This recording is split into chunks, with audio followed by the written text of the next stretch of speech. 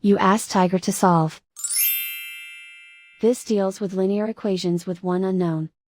The final result is x equals 5/7. Let's solve it step by step. Simplify the expression.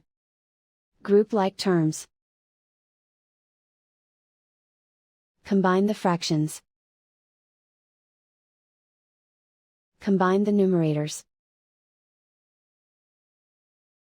Find the greatest common factor of the numerator and denominator. Factor out and cancel the greatest common factor. Simplify the arithmetic. Group all constants on the right side of the equation. Subtract 10 from both sides.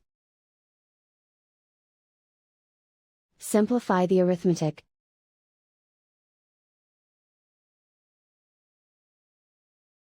Isolate the x.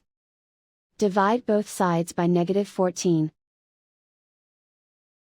Cancel out the negatives. Simplify the fraction. Cancel out the negatives. Find the greatest common factor of the numerator and denominator. Factor out and cancel the greatest common factor.